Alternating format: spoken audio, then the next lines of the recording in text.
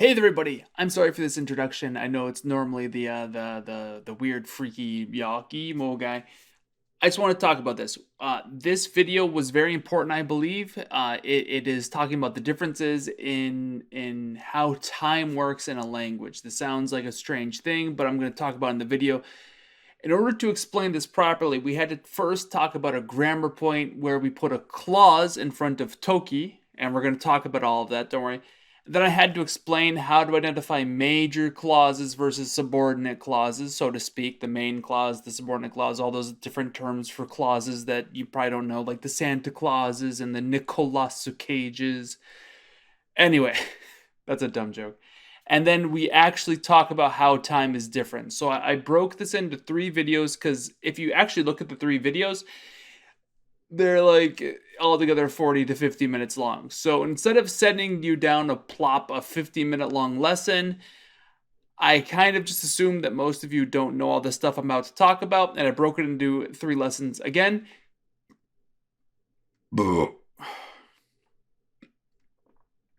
Again, the 3 lessons are going to be talking about identifying clauses and the actual grammar of the actual meaning of this pattern toki, and then how to identify which one's the main clause, which one's the subordinate clause, and then we talk about the actual differences between times. So try to watch these 3 in order. I will put them with the same thumbnail on YouTube, and I hope this helps. Leave a comment, so share, subscribe, all that good stuff. I hit a water bottle. Have a great day.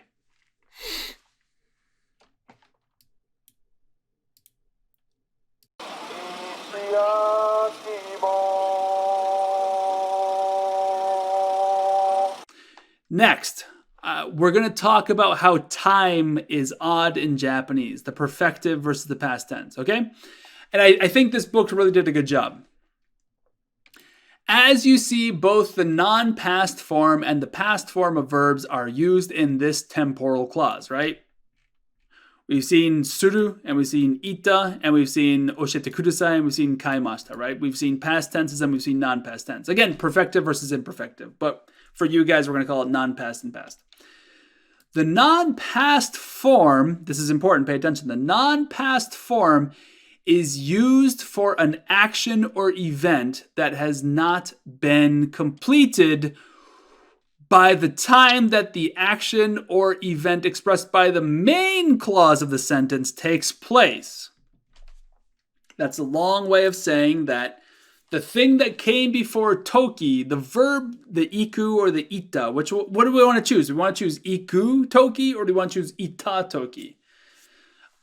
Well, the way we choose what comes before toki is if it happened before or after, so to speak. Maybe that's not even accurate. If it was finished before or after the meat and potatoes clause, the main clause, the independent clause. So you look at the independent clause, and if the thing that comes before toki has already happened or has not already happened, we choose the past or the non-past, okay?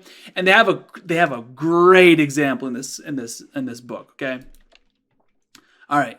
Let's look at this one down here. I thought this was a fantastic example sentence. So this when I read this sentence and I was teaching it, I was like, oh man, yeah, Yookoso really hit the nail on the head here. I do recommend the Yookoso book. I'll put a link to it on Amazon so that you can buy it if you really like it. It's a great book. It really is a great book. I'll link to the cheaper versions that I can find. And if you buy it, you'll give me like 20 cents or whatever it is. And I'll make a nice little, that sweet commission money. Yeah, dollar bills about 20 cents. I'll be throwing quarters at the strip club like a madman. I don't go to strip clubs, don't. Okay, let's look at this. Tokyo e iku toki, shinkansen ni norimashita. Okay, so notice the main clause is mashita, but the clause before toki is iku. So if you're reading this, Tokyo iku, go to Tokyo. I go to Tokyo. Toki, when I go to Tokyo, or when I will go to Tokyo, one of those two. Shinkansen ni norimashita. I rode on the train. I rode on the bullet train. When I will go to Tokyo, I rode on the bullet train. Or how about whenever I go to Tokyo, I rode on the bullet train? hopefully you can see immediately, or at least with my luxurious, awesome way of teaching, blah, blah, blah, you can see that this doesn't translate to English the way it would if we just treated it like it was English, right? If we just said iku means will, or will go, or it means I do go. And then mashita means I went. The end. I don't need to learn anymore. If you just think that way, you're going to get it wrong. Okay, so once again, Tokyo e iku toki, when I go or when I will go to Tokyo, Shinkansen ni norimashita, I rode on the bullet train. That doesn't work. That doesn't make any sense. It doesn't work. That can't happen in English. The translation I just gave you doesn't work. And then they give us the idea of on the way to Tokyo. On the way to Tokyo, doesn't that mean isn't that like ite imasu? Isn't that like on the current way of going? Tokyo e itteru toki? But that would still be like, as I am on my way to Tokyo, I rode on the Shinkansen. What's happening, Evan? Help me. Well, this is what's happening. The main clause is I rode on the bullet train. I rode on the Shinkansen. I always like to call this Shinkansen like in a race to say it. Shinkansen ni norimashita. I rode on the bullet train. The riding of the bullet train is done. It happened. It's over. It's over. Compared to when he rode on the bullet train, he had not yet gone to Tokyo. The going to Tokyo has not yet finished. That's why it's called a perfective, because it has not been. This would be an imperfective. It is not perfect. It is not over. It is not done. This is the imperfective. It is not yet done happening in relation to the main clause. So Shinkansen ni norimashita. I rode on the Shinkansen, and in comparing to that time, going to Tokyo had not yet finished. So, the only possible translation for that would be on my way to Tokyo, or maybe before I arrived in Tokyo, something like that. Even though we've been translating this as like when, this is much better translated as on the way to, right? Because if you're on the way to Tokyo and you were riding on a Shinkansen, that would be an accurate translation. But you have to think about this iku again. Think about this iku as saying it has not finished yet. It is imperfective. It is not done. The riding on the Shinkansen, that's done. But in relation to riding on the Shinkansen, going to Tokyo has not yet finished. Thus, the best translation would be on the way to Tokyo, I rode on the Shinkansen, right? Riding on the Shinkansen, I rode on the Shinkansen. When did I ride on the Shinkansen? Well, I rode on the Shinkansen at a time when I had not yet finished going to Tokyo.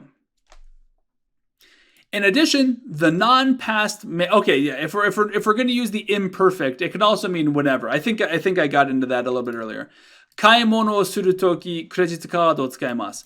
I use a credit card, and notice how this could mean I do use or I will use, and this is also so in relation to I will do something or I do something frequently. Notice how those are different. I will do something versus I do something. This also has not yet finished. So using a credit card has not been completed. And so is the time in which they will go shopping. So I will use a credit card and I will go shopping. Or perhaps I use credit cards and I go shopping. So when I go shopping, notice that's not done. It's not even done yet. It's not even done now. It's not done in comparison to this, and it's also not done by the standards of English. So whenever I go shopping, I use a credit card. We can translate it as whenever. All right. So notice how we add Tokyo e iku toki Shinkansen ni norimashita. They're going to change this Shinkansen to a Chikatetsu over here. Okay? So let's look at this. Tokyo e itta toki. chikatetsu ni norimashita. So notice how I rode on the subway, and that happened at a time when Tokyo ni ita. The going to Tokyo finished, and then chikatetsu norimashita. So this is very much I went to Tokyo, and at that time I rode on the subway, i.e., I rode on the subway when I went to Tokyo. The going to Tokyo is finished in relation to riding on the subway. So I rode on the subway having gone to Tokyo. So I went to Tokyo and then I rode on the subway. So just pay attention that this ita is in comparison. It's a contrast. We have to compare it to norimashita. We have to compare our ita to our norimashita. So the riding of the subway happened after he had fully arrived and stopped going to Tokyo. So the going to Tokyo had finished, and then he got on the subway. All right. Again, this one's really important too. Tokyo e itta toki, Brown-san ni ao tsumori desu. Okay. Tsumori desu after a verb just means I plan to, I expect to, I have plans to do something.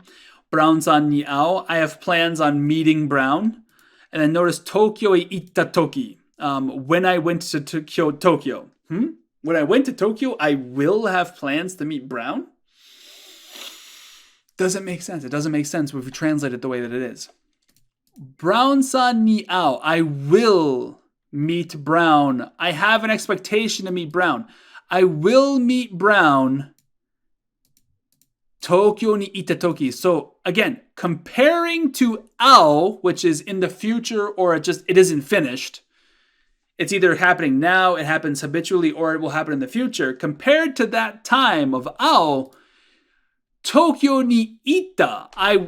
It's done. Going to Tokyo has finished happening. I will go to Tokyo. I will have stopped. I will have arrived in Tokyo.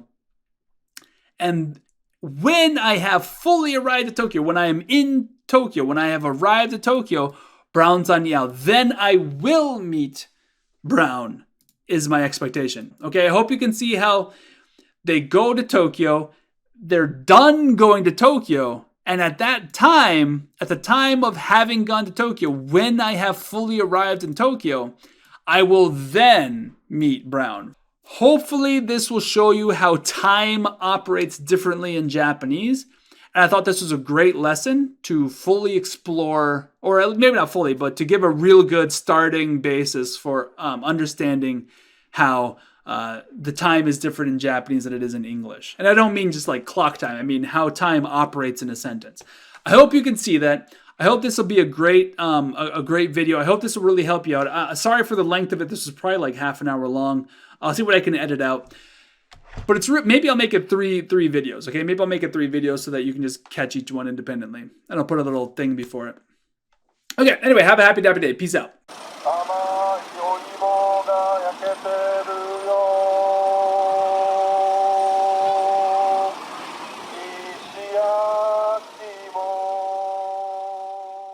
If you enjoyed this video, I'd love it if you like, subscribe, and share this video to everybody you know and yell at them repeatedly until they subscribe as well. If you'd like to support me even more, head on over to patreon.com, where for just $1 a month, 3 cents a day, that's it, it's darn near free, you can help me financially keep these videos coming.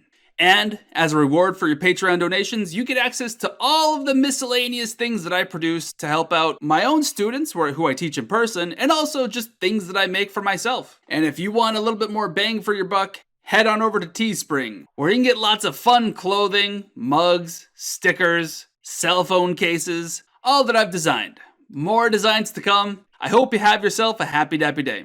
Peace out.